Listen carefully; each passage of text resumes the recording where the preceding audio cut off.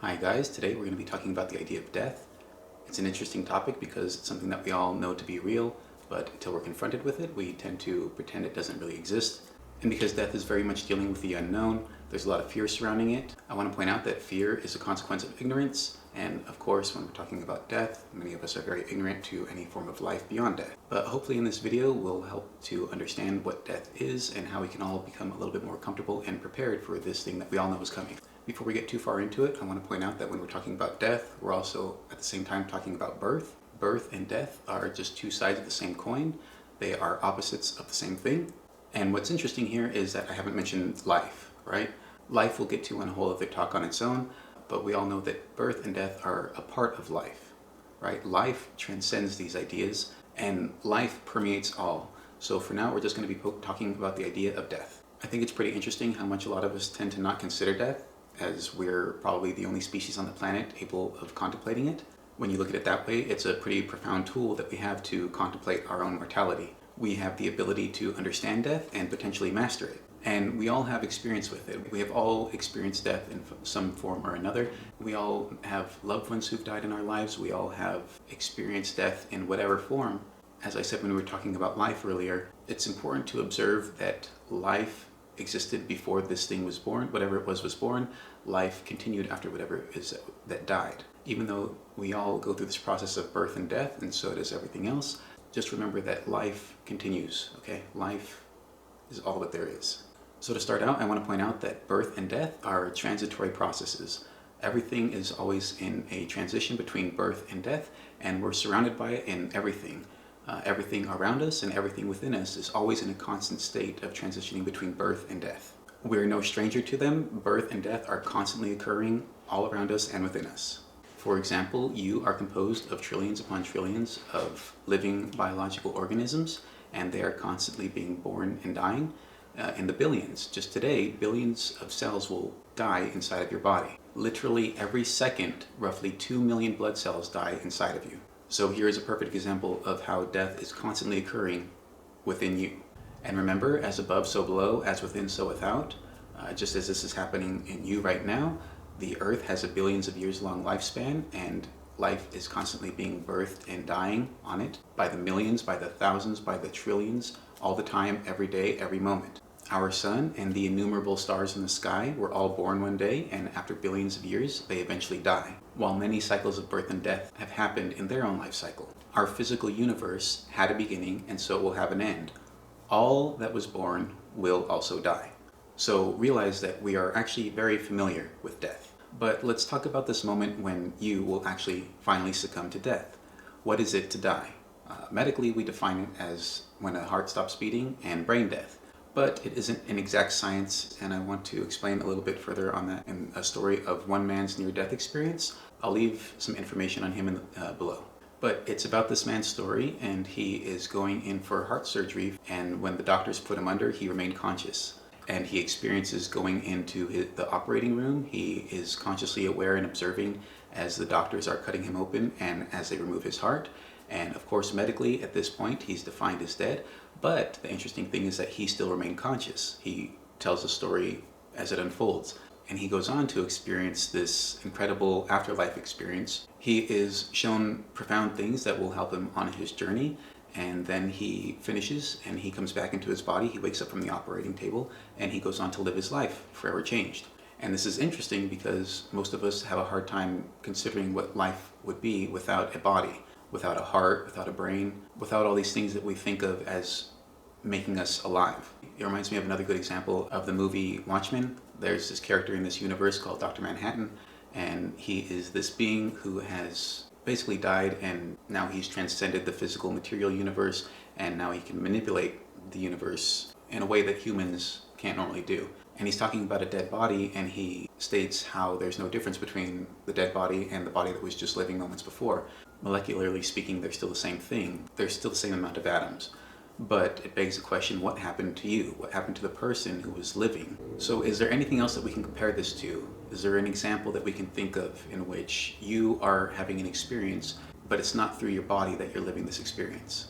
The answer is yes. When we dream, we have these types of experiences. When we go into deep meditative states, when we use mind-altering drugs that expand our awareness, sometimes when we're in comas, or as I mentioned before in the previous example, of near-death experiences. We're all familiar with this on some level or another. Our bodies can be sitting there or lying down resting, but we're off doing something else. We can even be pronounced dead, yet still have an experience beyond our body. The difference in these examples is, of course, that our body is still alive, it's still animated, even if it's at rest. But the point that I'm making here is that different worlds exist, different planes of existence, different dimensions of reality, different parallel universes or different timelines. We experience these realities all the time in these altered states, and a lot of the times they are very real and oftentimes more real than this experience that we're used to.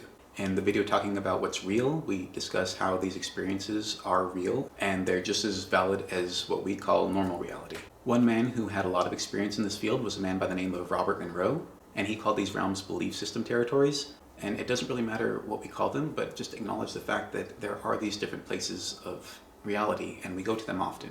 His story is about how he accidentally discovered a way to induce astral projection and lucid dreaming, and after years of doing it, he came to master it on some level and goes on to describe these realms in great detail. He even founded a school in which he would teach people to achieve this mastery of lucid dreaming. He describes these realms in great detail and how we travel to them regularly, and depending upon our frequency and vibration, we will be in a territory of the same frequency or vibration.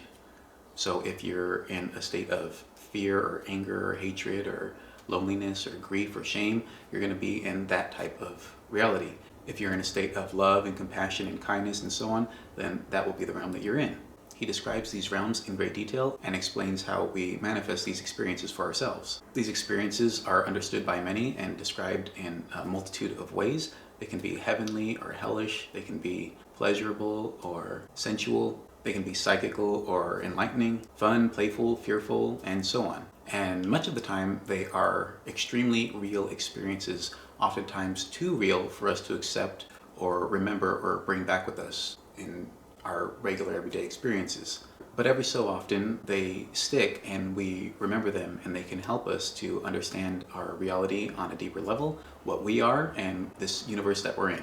Earlier, we mentioned how birth and death are transitions from one state into another. For example, when a star dies, it can either explode, shedding its mass billions of miles into space, or it can collapse on itself and creating a black hole. When cells die inside of our body, they are broken down into their fundamental parts. They can be recycled back into the body or excreted as waste. And in any case, they are transforming into something new and giving way for a new cycle of life to begin.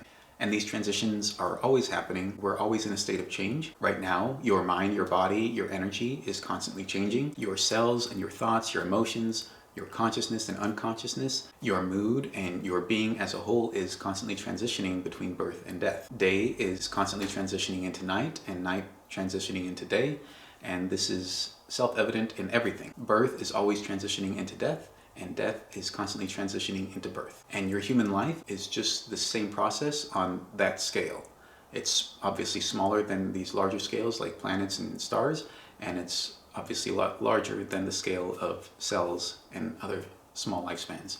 But it's important to acknowledge that there are life cycles of birth and death, and your life is just one in this huge universal process. So it's helpful to us to understand this because someday we will die. It could be tomorrow, it could be years from now, we don't know. But your next minute isn't guaranteed. You could suddenly become sick and die in the near future, or you could be involved in a horrible accident, and before you know it, you're dead. But when we look at death through this lens and we begin to understand it, it can help us accept what it is and be more comfortable with it and be prepared. And just as we can consciously experience when we go to sleep, we can consciously experience beyond death. Meditation is a very powerful tool here. I don't often promote specific methods of practicing meditation or mantra, but in this case I want to let you know of a mantra that I practice from time to time. It's really simple, and it's I am mortal, I'm going to die.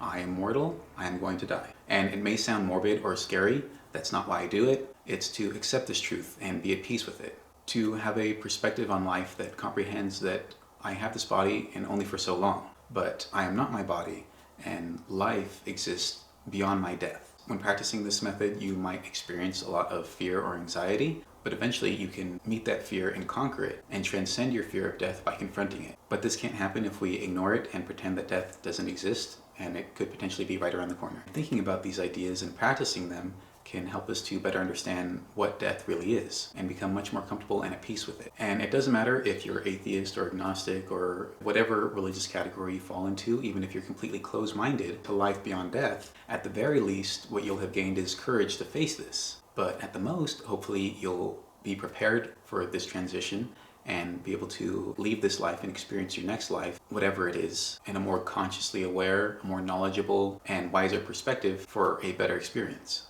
And that is the goal of these videos, for us to look at these ideas and relieve any ignorance or fear that may be surrounding them, and to understand them and have knowledge and use these powerful tools to master our reality even beyond death. And try to remember, death can come at any moment. It is within you right now. It's surrounding everything. All life is constantly moving through birth and death. So it really is quite foolish and ignorant to pretend that it doesn't exist or to live in fear of it. And remember to be thankful for this life and this experience. It's not guaranteed.